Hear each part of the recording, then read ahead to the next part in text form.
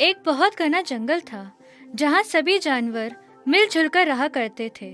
वहाँ का राजा एक होशियार बंदर था, क्योंकि उस जंगल में शेर नहीं था।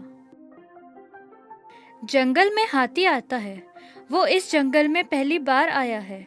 जंगल के जानवरों ने पहले कभी हाथी नहीं देखा। सब जानवर उसे भय और आश्चर्य से देखते हैं। कितना बड़ा जानवर है। इतना बड़ा जानवर मैंने पहले कभी नहीं देखा। मैं जानता हूँ इसे। ये हाथी है, पड़ोस के जंगल में रहता है। ये हमारे जंगल में क्यों आया है? इस बात का पता लगाना पड़ेगा और इस हाथी के बारे में राजा जी को बताना होगा। तुम्हें इस जंगल में पहले कभी नहीं देखा। तुम यहाँ क्यों आए हो? मैं छोटे जानवरों से बात नहीं करता। गिलहरी की बात का जवाब दिए बिना हाथी वहां से अपना रौब दिखाते हुए चला जाता है। जंगल के बीचों बीच एक बहुत बड़ा बरगद का पेड़ है। वहीं जंगल का राजा बंदर अपने परिवार के साथ रहता है। नमस्कार राजा जी। हाँ बोलो मोर, क्या समाचार लाए हो? राजा जी, हमारे जंगल में हाथी आया है जिसे पहले इस जंगल में कभी नहीं देखा। तुम जाओ और उसके बारे में पता लगाओ कि वह इस जंगल में क्यों आया है और कब तक रहेगा। कैसे हो हाथी भाई? मैं छोटे जानवरों से बात नहीं करता। इतना घमंड ठीक नहीं है। इस जंगल में हम सब जानवर मिलजुल कर रहते हैं और एक दूसरे का सम्मान करते हैं।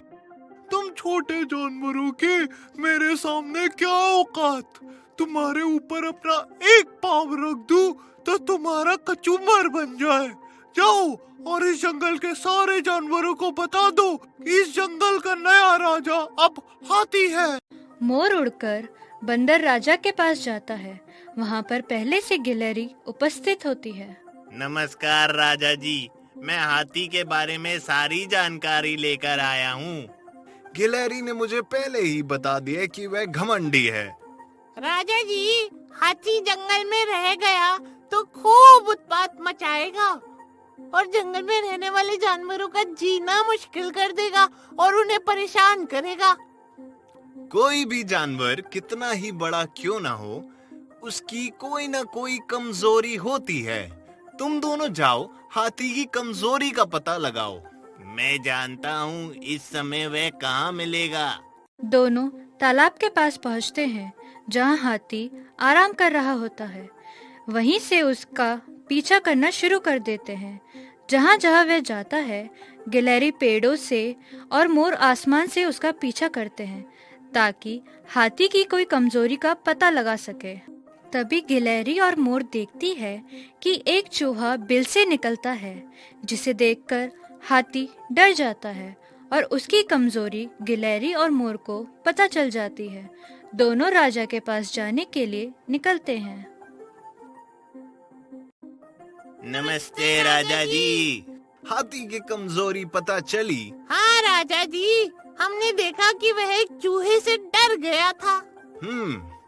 जाओ, चूहों के सरदार को यहाँ बुलाकर। मोर जाकर चूहे के सरदार को बुलाकर लाता है। नमस्कार राजा जी, आज आपने मुझे कैसे याद किया? जंगल में एक मदमस्त हाथी घुस आया है, जिसे अपनी ताकत का घमंड है। यदि वह हाथी जंगल में रुक गया तो जंगल के सभी जानवरों को बहुत परेशान करेगा। उसे यह समझना है कि जंगल के सभी जानवर एक समान है, चाहे वह छोटा हो या बड़ा। जिसके लिए मैंने एक तरकीब सोची है। इसके लिए मुझे आपकी सहायता चाहिए। ठीक है, मैं सहायता करूँगा। आप तरकीब बताइए। तरकीब ये है कि तुम अपने सभी साथियों को ले जाकर हाथी को डराओ और उसे तालाब के किनारे बने गड्ढे में गिरा दो। हम ऐसा ही करेंगे। मोर और गिलहरी मिलकर चूहे और उसके साथियों को जहाँ पर हाथी बैठा होता है वहाँ ले जाते हैं। हाथी जैसे ही चूहे को देखता है, वो डर के मारे वहाँ से भागने लगता है। चूहे अपनी योजना के अनुसार हाथी को डराकर गड्ढे की ओर ले जाते हैं। हाथी गड्ढे में गिर जाता है। हाथी गड्ढे से निकलने की बहुत कोशिश करता है, लेकिन गड्ढा गहरे होने की वजह से और हाथी के आकार में बड़े होने की वजह से वो गड्ढे से नहीं निकल पाता है। वह हार मानकर वहीं बैठ जाता है और मदद के लिए जंगल के दूसरे जानवरों को आवाज लगाता है। कोई मेरी आवाज सुन रहा है?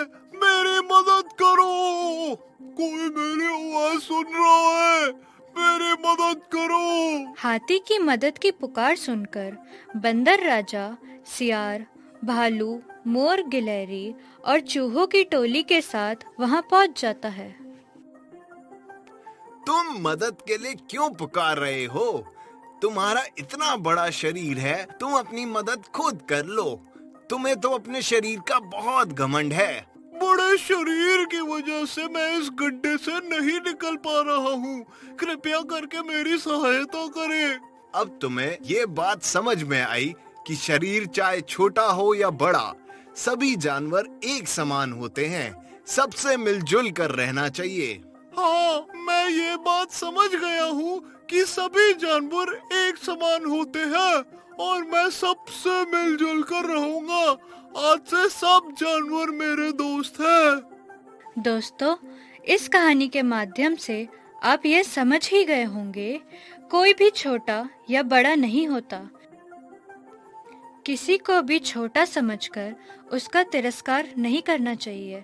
सबको मिलजुल कर रहना चाहिए, क्योंकि सबकी अपनी अलग खासियत होती है, जिसकी सहायता की आवश्यकता जीवन में कभी भी पड़ सकती है। इसलिए सबसे मिलजुल कर रहें और सबको अपना दोस्त मानें। धन्यवाद।